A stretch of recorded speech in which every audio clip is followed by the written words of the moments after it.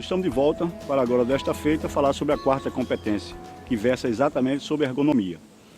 A NR 17, respaldada pelo artigo 198 e 199 da CLT, nos coloca a questão da fadiga. E exatamente a ergonomia vai prevenir essa questão da fadiga. Então, o que vem a ser ergonomia?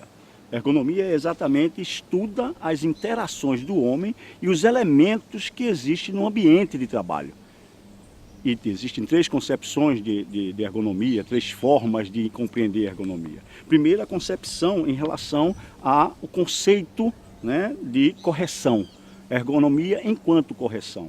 É a questão de melhorar o ambiente do trabalho, para que haja confortabilidade com relação ao trabalhador. Tudo voltado ao trabalhador. A segunda concepção de ergonomia vem falar sobre a questão do conceito, das concepções de ergonomia, que é o homem adaptar-se exatamente aos meios produtivos, à ferramenta, ao maquinário, ao processo produtivo. E a terceira compreensão de ergonomia vem exatamente sobre a conscientização, é aquilo da interiorização do trabalhador em relação ao trabalho, ou seja, ele adaptar-se as formas e os modos de produzir, a forma de trabalhar, a técnica de trabalhar, então é uma forma comportamental. Ele não se provocar ou não se colocar em risco. Então, a NR17 nos vai falar exatamente sobre as questões ergonômicas. Nós temos hoje, na NR17, dois anexos. O anexo que fala sobre as operações de check-out e o anexo 2 que fala sobre operações de telemarketing.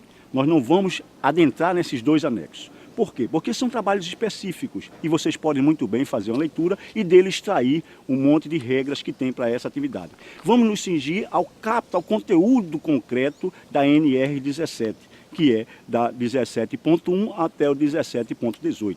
Nós vamos falar tudo sobre o que tem ali. Vamos falar da questão do ambiente, a questão dos riscos que o ambiente apresenta ergonomicamente em relação à iluminação, aos ruídos, a questão dos espaços físicos, a acomodação, se o espaço físico está adequado para o desenvolvimento daquela atividade. Então, isto tudo é que a ergonomia vai se preocupar, tanto com o espaço físico, com o nível de ruído, com o nível de iluminação, com as posturas do trabalhador. E nós vamos incluir o mobiliário, se o mobiliário na empresa está correto para aquele tipo de atividade, se está na altura correta, se está na conformação anatômica correta, ou chama-se ergonomicamente correta, para que o trabalhador exerça a atividade laboral sem colocar a sua saúde em risco. E pode-se colocar a sua saúde em risco pela postura que ele toma, aí é a questão da conscientização da postura, e pode-se colocar em risco em relação ao próprio meio que ele tem para executar. Nós vamos ver um monte de exemplos, nós estamos numa empresa, onde essa empresa nos possibilitará ver uns exemplos muito bons e alguns exemplos que não dependem da empresa, claro, e dependem do trabalhador, porque é postura do trabalhador. Nós vamos ver trabalhador sentado numa cadeira, por exemplo, numa postura anatômica que vai provocar um problema logo depois de lombalgia, vai colocar um problema de distorção na coluna cervical e por aí vai. E como também vamos encontrar maquinários tipo computador, mesa de computador, cadeira de sentar para o trabalho, que estão adequadas e outras que não estão adequadas. Então, nós vamos hoje trabalhar a ergonomia. Vamos ver como é que se dá essa ergonomia dentro do ambiente de trabalho e faremos novamente um resumo final quando terminarmos essa visita. Vamos lá? Bom, como nós falamos, a NR17, que fala sobre ergonomia, nos traz os parâmetros de adequação das condições ambientais e as condições de trabalho quanto ao ambiente que está sendo executado esse trabalho, relativo à questão psicofisiológica do trabalhador, a questão dos maquinários, do mobiliário e inclusive do processo de trabalho. Nós estamos aqui dentro do ambiente, com o escritório de uma empresa, a atividade aqui é uma atividade administrativa, não é uma atividade operativa de uma indústria que teria também outros elementos ambientais que interferiam na questão ergométrica do trabalho, no trabalho que o trabalhador vem executando, claro e naturalmente. Nós vamos hoje fazer uma avaliação ergométrica, uma avaliação básica, tá? E falando de avaliação ergométrica do trabalho, que também é exigido pela NR17, ela é obrigatória, essa avaliação, e deve estar disponível aos fiscais e auditores do trabalho, dentro da empresa. Então, essa avaliação ergométrica do ambiente de trabalho, ela deve envolver as condições de trabalho, os maquinários, como é que o trabalho é desenvolvido, as alternativas que o trabalho pode ter para que não haja, ao final, nenhum acidente ao trabalhador, muito menos macule a saúde do trabalhador. Nós vamos ver neste ambiente como é que estão as posturas, como é que estão o maquinário, se está adequado. Por exemplo, nós vamos encontrar aqui, ver a questão da luminosidade, se a luminosidade está adequada ao trabalho que aqui exige ser feito. Se o nível de ruído, se não está interferindo, se um trabalhador conversa com outro aqui, não está interferindo no trabalho do terceiro, né? Se existe um isolamento, de certa forma, para dar confortabilidade. Nós vemos que o ambiente aqui já é um ambiente que tem um trabalho sobre ilhas de funções. Né? Nós notamos que tem os birôs que estão colocados frente a frente e que tem o seu sistema de computação de trabalho de cada um dos trabalhadores que aqui estão independentes. E aí a gente vai falar da conformação do mobiliário em relação à postura do trabalhador, a própria postura do trabalhador e também as questões de luminosidade e ruído. Tá? Vamos ver ponto a ponto. Vamos começar analisando os mobiliários e sua conformação no ambiente, ou seja, a sua distribuição no espaço físico disponível para o trabalho. Notem que agora nós temos um trabalhador diante de sua estação de trabalho e logo atrás nós encontramos uma Xerox, uma máquina Xerox. Essa conformação e distribuição de espaço, ela vem de confronto à NR17, que coloca que tem que ter espaço suficiente para que cada atividade sejam independentes e não interferentes uma com a outra. Por exemplo, se o trabalhador levantar aqui e der um recuo com essa cadeira, pode causar um acidente em relação a essa Xerox. E isso aí, a NR exatamente prevê que isso deve ser conformado e dar um resultado diferente. Ou seja, a NR prevê que este ambiente precisa ser reestilizado, reestabelecido na organização do trabalho. Vamos agora mostrar um outro item de norma que está aqui nessa estação de trabalho. Nós temos aqui uma trabalhadora que está no seu ambiente de trabalho com o seu laptop, com o seu PC, fazendo trabalho. Notem que a postura que ela tem em relação ao movimento que ela faz com o seu mouse é uma postura ergometricamente bem distribuída. A tendência é que ela não venha a ter nenhuma doença ocupacional do tipo DORT, ou a chamada antiga LER. Né? Mas note que este é o ponto que a lei sempre está procurando, a norma está procurando evitar, de repetitividade, que é o ponto que ela tem sempre a movimentação dos dedos e vai dar o resultado em punho. E essa postura, e veja a postura que ela está, da coluna mantendo reta em relação ao peso que ele distribui no corpo. Também é outra coisa que a norma se preocupa. Uma coisa que nós notamos aqui, outro fator que nós notamos aqui, ergonômico, é a distância entre o ponto de visada dela e sua estação de trabalho. A norma prevê, se vocês notarem, uma distância que dá confortabilidade. Tá? Não obstante, existe aqui uma necessidade, que a norma também prevê, de que o documento que ela esteja trabalhando esteja também na altura de visada, para não estar mudando constantemente a visada. Se tiver aqui ao lado, vocês vão notar que ela vai ter que mudar o ponto de visão para baixo do ponto de leitura e depois retornar para o ponto de trabalho. Se estivesse aqui ao lado, ela teria só uma mudança lateral horizontal de visão, o que a norma já prevê também isso. Notem vocês que nós temos aqui uma outra situação que a norma já prevê, ou seja, havendo um reflexo, está havendo uma interferência no trabalho do trabalhador. Veja que você encontra uma imagem por trás da tela que o trabalhador está utilizando. Essa imagem é chamada imagem de reflexo, que a norma NR17 ela prevê que não deveria existir. Bom, falamos até agora das posturas, né, do maquinário, na verdade. Vamos falar agora em 4 outros fatores, que é o fator do ruído, que nós vimos na aula anterior, vocês não lembram, que nós tivemos lá naquele ambiente lá de construção, aquela zoada incrível que o trabalhador tinha que usar um protetor auricular. Então, porque a zoada estava a nível de tolerância acima do permitido na norma regulamentadora. Nós, como estamos falando da norma regulamentadora de ergonomia, também existe a preocupação em relação ao som, a zoada no ambiente. E estes níveis de ruído no ambiental, ele deve ser apropriado para o nível do trabalho. Por exemplo, se nós estamos nesse escritório, nós estamos aqui com o nosso amigo William, que é um dos trabalhadores dessa empresa. E o William vai dizer para a gente como é que se sente em nível de ruído. Interfere o seu trabalho, as pessoas conversando aqui lá, já que vocês trabalham de uma forma de ilhas de trabalho, como é que você se sente, William? A verdade é que não só barulho conversando, mas telefone toca sempre, mas é acostumado. Mas isso interfere constantemente na sua atividade, desconcentra você? Não.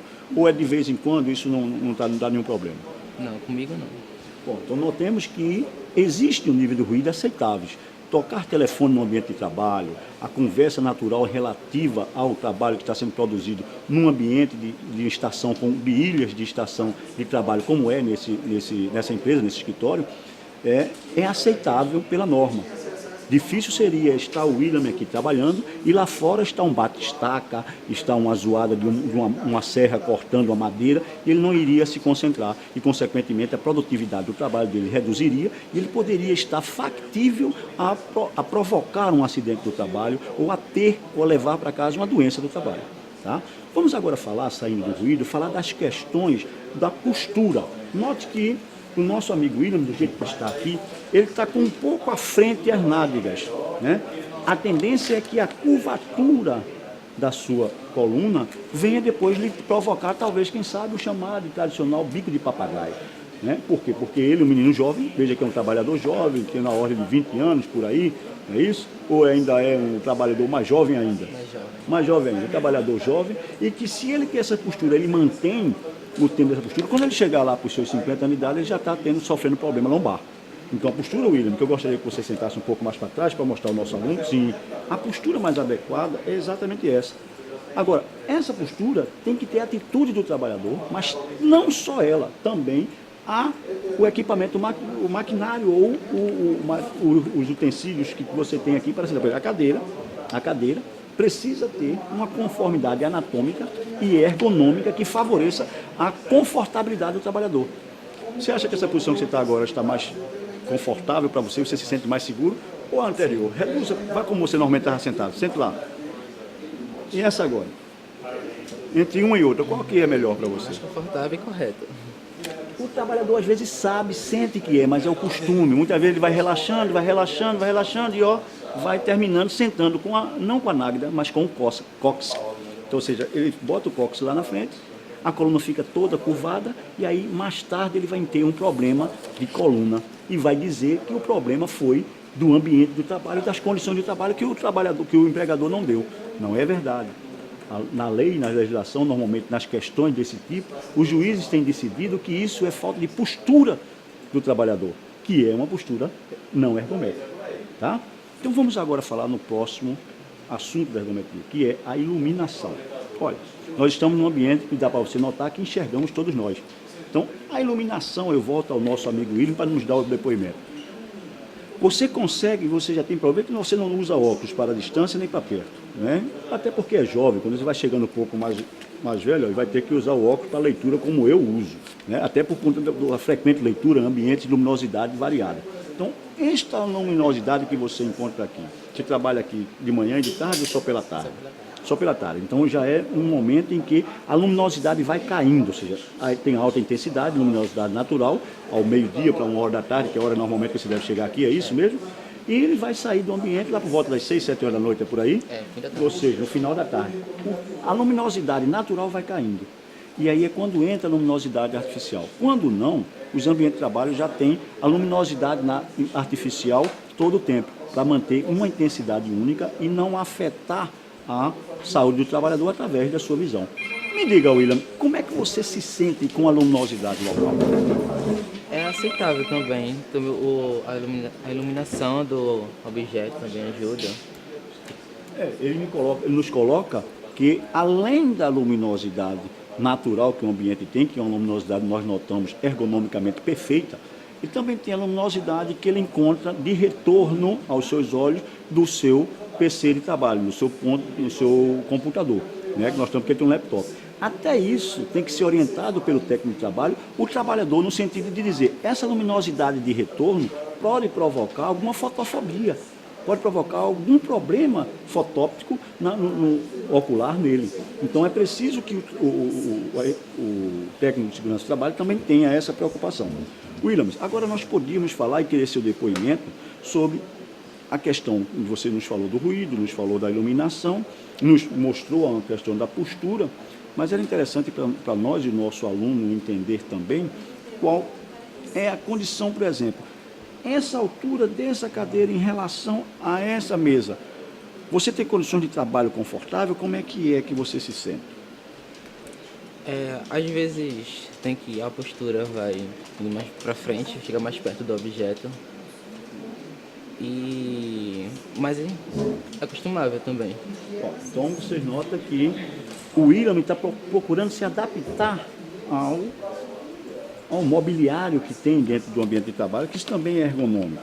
E, por um outro lado, o William nos coloca que a iluminação ambiental é adequada, que o nível de ruídos é adequado, e nós vimos logo anteriormente que o posto de trabalho, da posição de trabalho da outra funcionária, tem um reflexo de iluminação natural, que deveria ter preocupação para que esse reflexo da iluminação natural fosse reduzido através de cortinas, etc., mantivesse só um tipo de iluminação, um não interferindo no outro, porque se for uma disputa entre a iluminação artificial e a iluminação natural, como já diz o nome, naturalmente terá prioridade, ela vai interferir mais ainda.